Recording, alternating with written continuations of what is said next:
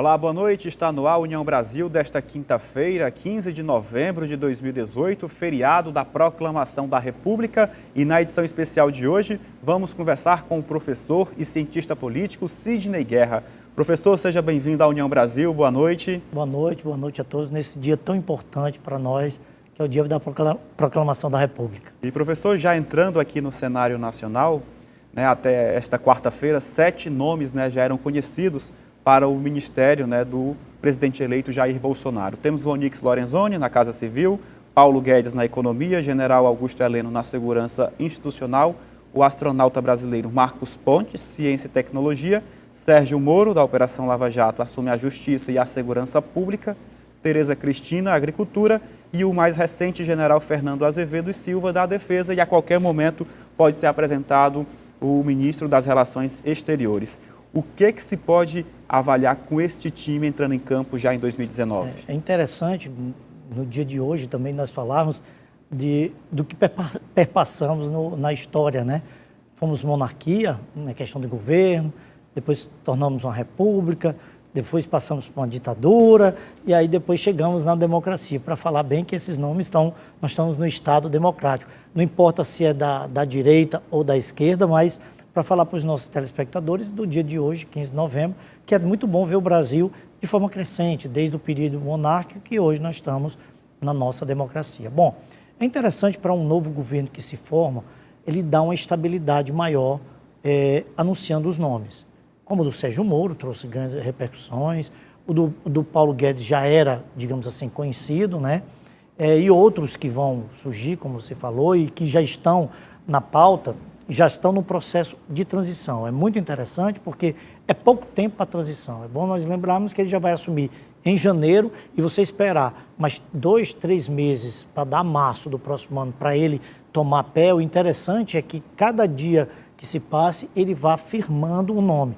Além dos nomes que já estão firmados, desse que você citou, também foram outros que já estão subsidiados, que é do BNDES, o Levi voltando para o BNDES, né? Então, vindo do governo Dilma também. Vindo do governo Dilma, é bom. Eu fiquei até preocupado, no bom sentido aqui, que me perdoe a brincadeira, mas que se o Meirelles iria voltar ou não, porque o Levi voltou, né? No plano geral, é bom que diga que ele está fazendo, realmente está cumprindo uma parte ainda das promessas que ele fez, que está trazendo pessoas técnicas, né? Ele não está, aparentemente, não está negociando, isso é um dado interessante, ele não está negociando com o partido, ele está colocando pessoas técnicas, né? Apesar de na agricultura estar uma deputada, digamos assim, mas meramente ele está colocando pessoas técnicas, pessoas que entendem da área. Isso, a gente cria expectativa da área da saúde, que também ele está tentando colocar, apesar de ser um deputado, colocar um médico na área de saúde, mas parece também esse ainda está vendo articulado. Agora, professor, dentro desse próprio time, a gente percebe um confronto de ideias. Por exemplo, o juiz Sérgio Moro vai assumir a pasta da Justiça e disse que o combate à corrupção vai ser extremo. Mas aí a gente tem o Onyx Lorenzoni, que confessou ter Caixa 2, recebido dinheiro e devolveu, pediu desculpa. Não gera um certo desconforto dentro da equipe? É bom que coloque nossos telespectadores que ele devolveu uma parte que não foi corrigida, o valor total era 100 mil, ele devolveu 50 mil e ainda falta devolver os outros 50 mil. Quer dizer, já era para ter devolvido, se era o que era a maneira correta, ele ter devolvido todo o dinheiro de forma corrigida. Eu acho incoerente, na minha visão, eu acho isso incoerente. As palavras do Sérgio Moro teve um peso na entrevista dele um pouco deficiente. Disse que houve o perdão, não sei o perdão de quem foi dado o perdão, é isso, mas na minha visão, o Bolsonaro ele ia trazer aquelas pessoas limpas, digamos assim, que não tivessem nenhum processo em andamento, né? Tudo bem que a pessoa não foi julgada e condenada, mas que não trouxe, mas quando tivesse respondendo um processo de corrupção, que não fosse outros processos particulares, mas um processo de corrupção, eu entendia que ele não iria chamar, porque o Lorenzoni vai ser o braço direito dele, vai estar ali na Casa Civil.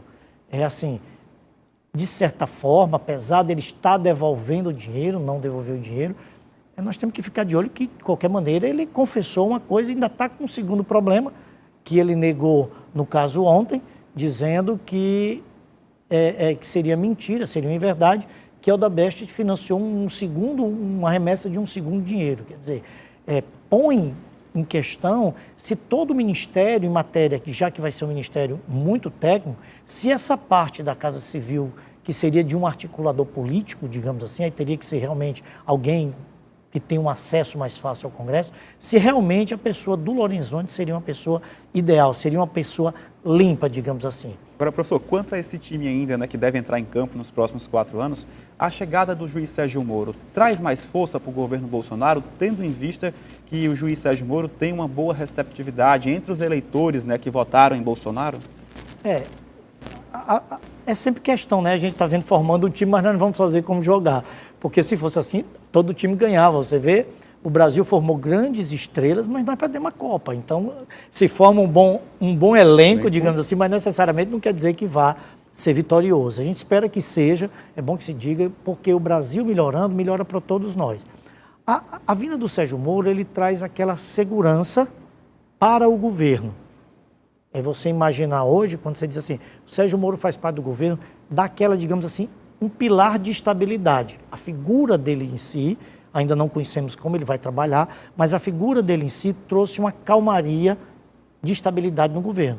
O Sérgio Moro foi uma grande repercussão na área política, mas também deu aquela estabilidade. O Sérgio Moro está aqui, todo mundo já fica mais calmo, mais tranquilo de que alguma coisa ali já está bem feita. Mas o problema é que nós temos que entender, o telespectador, que uma coisa é você ser juiz, outra coisa é você ser político, uma coisa é você ser médico, outra coisa é você ser político, porque a política requer uma dinâmica diferenciada. Por exemplo, essa estabilidade que a figura do Sérgio Moro trouxe, nós vamos acompanhar num sistema político. Por exemplo, a pressão que ele vai sofrer, porque a política lá é muito dinâmica, se muda muita coisa. Uma palavra que ele diz errada, como na palavra que ele disse que não era político, mas no final da entrevista ele disse, olha, eu como político, quer dizer, já pesou muito, discurso, já mudou, né? Todo o discurso. Então, e aí é um dos grandes defeitos, me permita dizer isso, do Bolsonaro, do governo do Bolsonaro, quem compõe aí o governo Bolsonaro, nessa fase final, digamos, nessa reta de transição até chegar ao governo. É porque eles têm que aprender, e aí vem a preocupação de quem é de fora, que nós temos que aprender que o discurso político pesa muito para o eleitor. O eleitor vê muito isso, o discurso político, não só o brasileiro, o eleitor de modo geral. Então, uma palavra mal pronunciada, mal colocada, gera um problema na bolsa, gera um problema do eleitor, o eleitor fica confuso. A interpretação vai além da opinião pública nesse caso. Perfeitíssimo, a interpretação vai muito além e hoje com as redes sociais há uma disseminação muito mais rápida de uma falsa interpretação ou uma boa interpretação. No caso do Sérgio Moro, nesse momento ele trouxe aquela estabilidade. Ou seja, está todo mundo esperando. Aliás, eu digo que o Sérgio Moro, apesar de ter sido, a propensão é para os 2 generais, digamos assim, né, que estão fazendo parte agora do processo de transição, já foram escolhidos pelo Bolsonaro, mas o Sérgio Moro será o grande xerife, digamos assim, o grande xerife. Vamos ver como é que o xerife vai agir diante de determinadas situações políticas. Esse é o grande problema. Mas que o Sérgio Moro trouxe o nome dele em si, é só nós dois e os telespectadores imaginar o seguinte, se não tivesse o Sérgio Moro, será que estaria tão instável assim? Então o Sérgio Moro trouxe aquela calma. Vamos acalmar que o Sérgio Moro está ali, vamos ver como é que ele vai trabalhar. Agora, antes da gente ir para o segundo bloco, professor, quanto à questão dos recuos, né? Nessa fase de transição, o presidente Jair Bolsonaro já admitiu algumas vezes, né, de acabar com o Ministério do Trabalho, depois vai dar um status de ministério para a pasta do trabalho, a questão da inclusão do ensino superior na pasta da ciência e tecnologia, ele já acabou desmentindo na terça-feira. Isso vai sendo moldado de acordo com a opinião pública, de acordo com a imprensa vai divulgando, os eleitores vão opinando, porque a gente sabe que as redes sociais hoje elas falam, né? Então, o presidente eleito está levando em consideração isso quando ele faz esse reconhecimento. Não é assim, ele chama de canelada, né?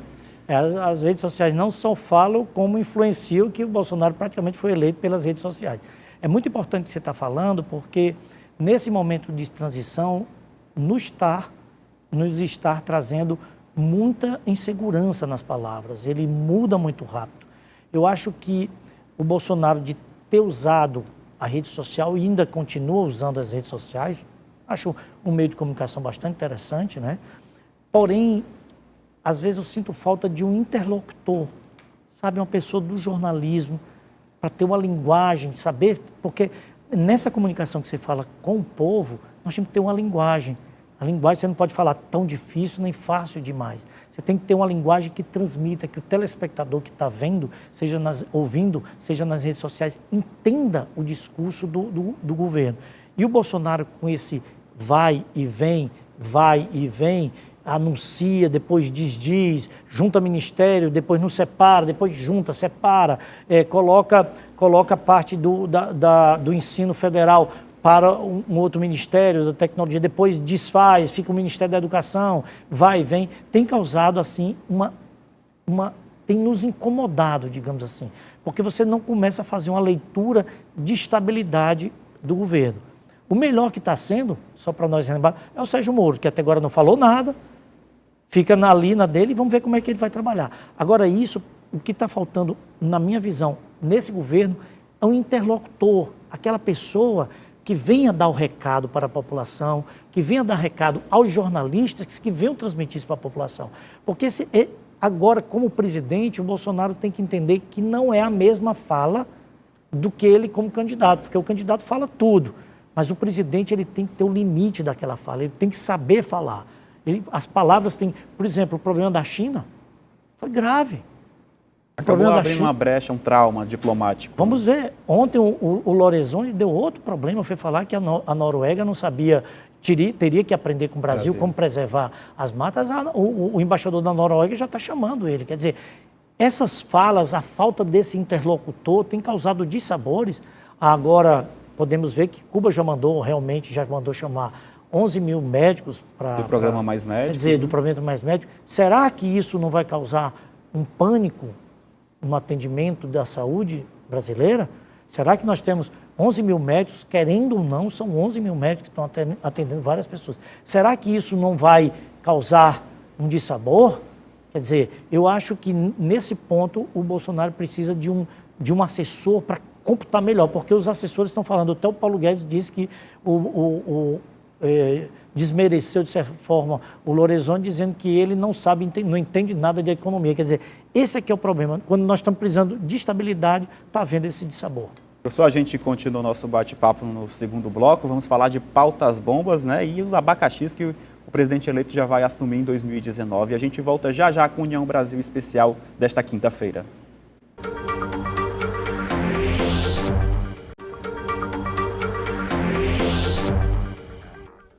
Estamos de volta com União Brasil Especial e a gente continua o nosso bate-papo com o professor e cientista político Sidney Guerra. E professor, a gente começa falando nesse segundo bloco sobre a questão do reajuste dos salários, né, dos ministros do Supremo Tribunal Federal. Deve gerar um impacto nas contas públicas de 6 bilhões, já que é um efeito cascata. Temos ainda uma medida assinada pelo presidente Michel Temer esta semana, dando incentivos fiscais para as montadoras até 2030. Então, o governo Bolsonaro já começa aí com um grande desafio: controlar as contas públicas em um cenário onde o Congresso aprova essa bonança para os ministros do Supremo e para a Procuradoria-Geral da República. Nós devemos contabilizar nesse cálculo ainda o déficit público, né, que 140 bilhões vai chegar a 150 bilhões. Né? Não sei até que ponto existe, no caso do tema, a responsabilidade dele, digamos assim. Ele está agradando a quem, né? No caso dos ministros do STF, o efeito vai ser de 5 bilhões, porque é um efeito cascata, não vai só para os ministros.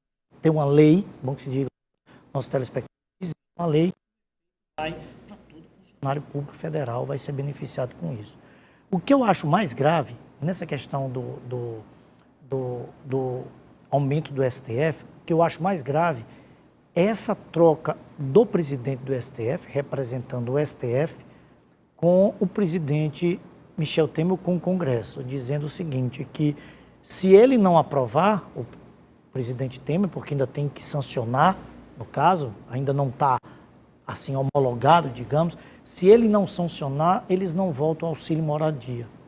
Porque eles estão dizendo o seguinte, que aí é ruim entre os poderes. Se o Temer pegar e sancionar o aumento, que é para o STF, mesmo com esse efeito cascata, eles votam pelo auxílio moradia, eles vão tirar o auxílio moradia. Fica uma coisa pela outra, né, professor? Mas aí não pode, isso é que é a minha preocupação maior, que a gente só fixa no aumento. Ele está primeiro tentando fazer uma possível compensação. Olha, você me aumenta, mas eu tiro, de certa forma, eu vou tirar o auxílio moradia. Vou votar para tirar o auxílio moradia. Mas esse jogo é que não pode acontecer. Quer dizer, um governo que vem assumir, e aí a gente vai ter sempre aquela desculpa, não estou dizendo que o Bolsonaro vai dizer isso, que realmente não deu conta porque já pegou o país quebrado e ainda houve um aumento das contas públicas do país quebrado. Agora, professor, no momento o presidente Bolsonaro ele acaba assumindo na entrevista, né, dizendo que o Temer sabe o que deve ser feito. Já o presidente Michel Temer deixou bem claro, né, em entrevista nessa quarta-feira, que sabe o que vai fazer e na próxima semana já deve saber se vai sancionar ou não, vai vetar ou não. Isso acaba gerando aí uma incerteza tanto para a equipe de transição como para o governo que está em vigor? Acaba, porque uma equipe de transição está lidando com números. É como se você fosse pegar uma casa, fizesse um planejamento de assumir uma casa, uma própria moradia sua, achando que ou um carro, achando que tinha uma dívida X, quando você recebe o produto, a dívida está cada vez maior, quer dizer.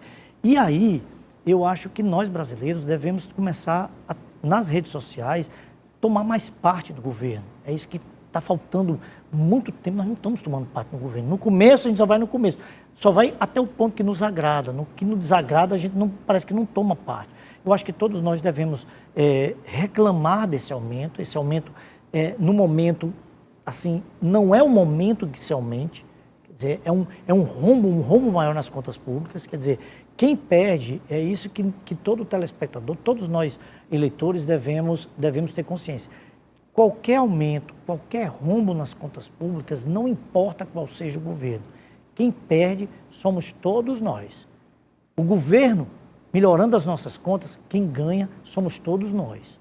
É isso que nós temos que ter consciência. Então, com esse aumento, e aí a gente não sabe como vai se proceder, o próprio Temer poderia, talvez, não sei, retardar para deixar para o Bolsonaro decidir, já que ele vai gerar... O impacto vai ser no ano seguinte. O impacto vai ser no seguinte, porque o problema que gerou tudo isso, e é bom que se diga, foi quando o ministro do Bolsonaro, sem ter, digamos assim, a prudência política, foi falar com o presidente do Senado, o Eunício Oliveira, e apontou o dedo para o Eunício Oliveira, dizendo que ele votasse, praticamente obrigando ele a votar na reforma previdenciária.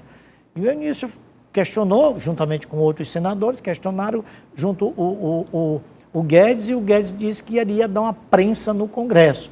Quando o dia dá uma prensa no Congresso, quem faz a pauta e quem pauta a matéria no Congresso é o presidente do Senado. Então, isso foi olhar e pautou.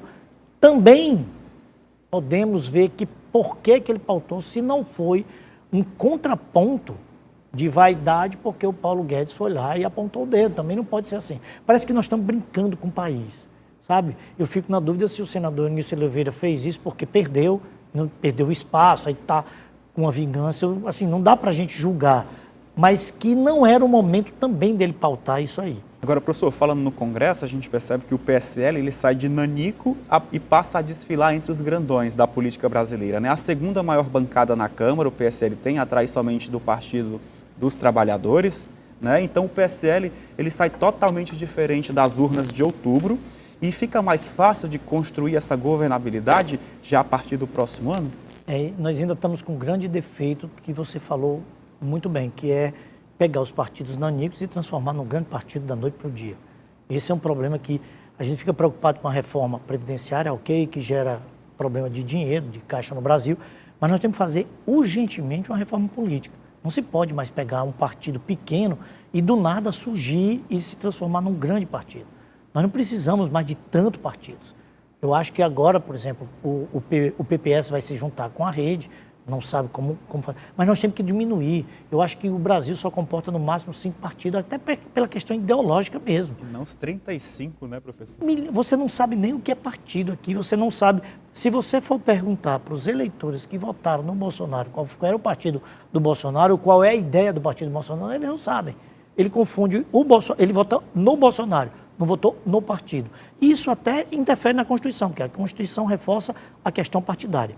Eu acho que esse engrandecimento, assim como os outros que cresceram, que decaíram, quer dizer, a rede tinha, querendo ou não, na hora que surgiu, tinha senadores e hoje não tem mais nada, perdeu até a questão do valor das campanhas, né, do fundo partidário, quer dizer, está se juntando com outro partido que perdeu, que os partidos aqui não podem. No Brasil nós precisamos estabilizar o mínimo possível, prefiro dizer assim para não estipular um número, o mínimo possível de partido para que nós venhamos buscar essa estabilização nossa de eleitor político. Você vê que todo o tempo que nós estamos falando traz o Sérgio Moro para estabilizar, está trazendo uma pessoa para estabilizar, porque tudo nós vivemos todo momento no Brasil nós vivemos uma questão de insegurança. Insegurança pública, insegurança política. Você pode notar que tudo gera uma insegurança no modo geral. Então, essa segurança política precisa ser diminuída dos partidos para nós estabilizarmos melhor, para entendermos em quem vamos votar. Eu vou votar naquele partido, porque naquele partido faz isso, faz aquilo. E a governabilidade, professor, continua sendo um desafio para o presidente eleito Jair Bolsonaro? Continua. Eu costumo sempre dizer... E aí eu acho interessante que os telespectadores vão falar do modo como Maquiavel falava. Uma coisa é você falar, proferir para o povo, fazer um discurso a favor do povo, que às vezes o discurso é direcionado àquilo que o povo quer ouvir. A gente sempre tem que dizer que o discurso que, quando você vai falar, você fala de acordo com o que o povo quer ouvir, pelo menos a maioria da massa, digamos. É o que vai agradar de fato, né, professor? É o que vai agradar, que isso é importante. Todo mundo está ouvindo o que quer, aí fica todo mundo passivo. O problema... Eu vou usar uma expressão simbólica. O problema vai ser quando, efetivamente, o Bolsonaro sentar na cadeira de presidente. Aí parece que a cadeira transforma muitas pessoas. Vamos ver se ele vai continuar da mesma forma, seguindo as promessas dele. Você vê que quando você senta numa cadeira daquela, como se diz, sentar numa cadeira recheada do poder, parece que a sua pessoa se transforma. Esse é que é um grande problema. Se você for ver ao longo de toda a história, todo mundo que senta na cadeira de poder, não só numa cadeira política, a cabeça se transforma. E aí é o que a gente vai esperar. É que o Bolsonaro entenda de fato, aprenda a lidar, isso é que é importante, não só Bolsonaro, como Sérgio Moro, Paulo Guedes, esses técnicos que estão nos ministérios, que não são políticos, aprendo a lidar com a pressão, aprendo a lidar com os dissabores, com o jogo do poder político, é um jogo que tem mentiras, verdades, que confunde muita coisa. Quer dizer, é isso que nós vamos saber, porque uma coisa é você trabalhar 28 anos, 24 anos, 26 anos no Congresso, como deputado, ou mesmo como senador, variando como deputado e senador. É uma coisa.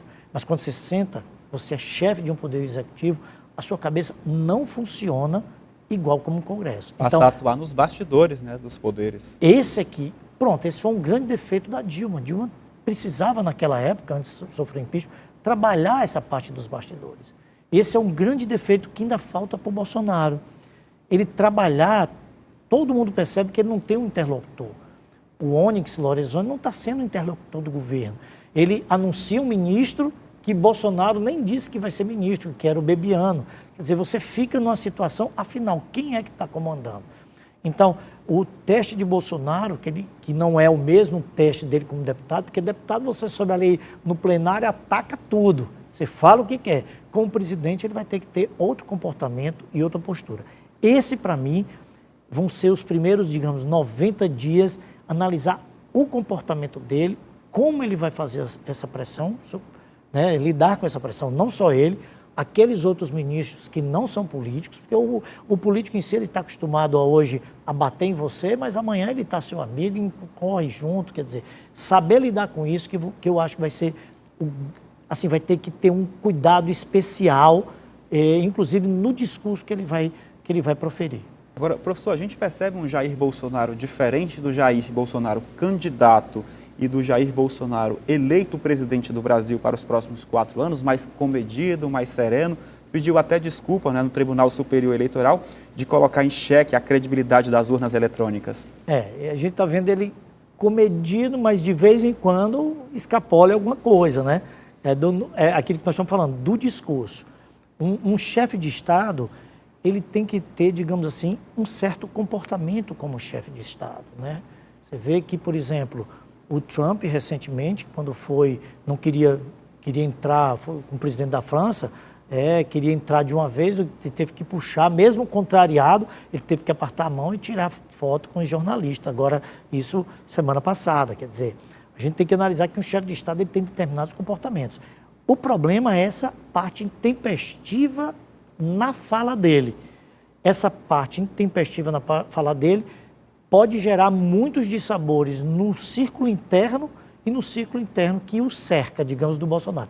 Mas eu tenho notado que ele está mais prudente. Ele parece que está pensando, está mais político, tá chegando o papel e está caindo a ficha de que ele é um chefe de Estado, e como chefe de Estado ele tem que se comportar de certa forma, não falar tanta coisa que ele possivelmente tem vontade de falar. Agora, professor, só para a gente concluir, né, vamos analisar agora o outro lado. Como que fica a esquerda, né, na posição de oposição? A gente percebe uma certa divisão, né, capitaneada aí pelo PDT de Ciro Gomes, que quer surgir como uma nova esquerda. Temos o PT que tenta a sobrevivência aí com Fernando Haddad, Gleice Hoffmann, o presidente Lula, né, que está preso. Ontem, inclusive, saiu pela primeira vez da carceragem da Polícia Federal para prestar depoimento na Operação Lava Jato.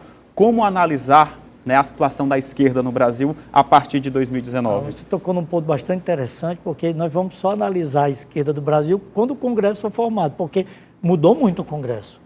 Houve uma reforma muito grande no Congresso, quer dizer, vão chegar os novos deputados, os novos senadores, digamos assim, quer dizer, esse comportamento, quer dizer, como é que esses novos deputados vão chegar, os novos senadores? Porque parece que a gente já até estava falando aqui do surgimento do PSL, digamos assim, da noite para o dia.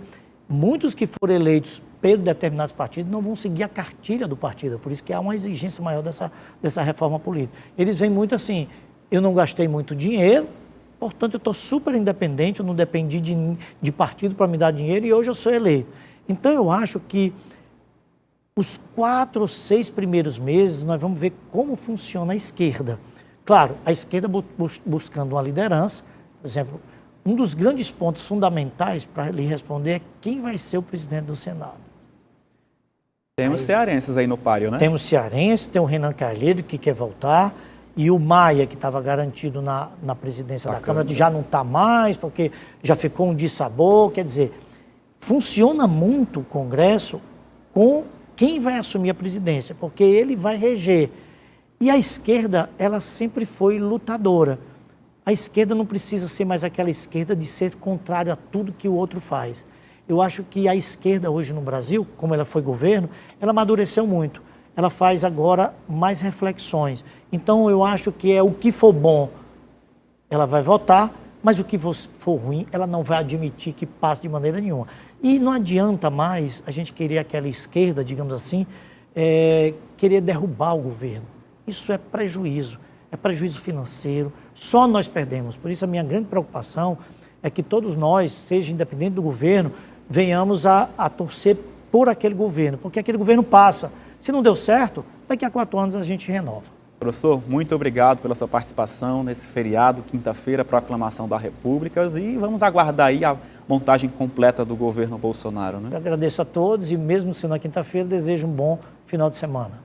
E o União Brasil volta amanhã, sexta-feira, 16 de novembro, às 18 horas, ao vivo aqui na sua TV União. Uma ótima noite a todos.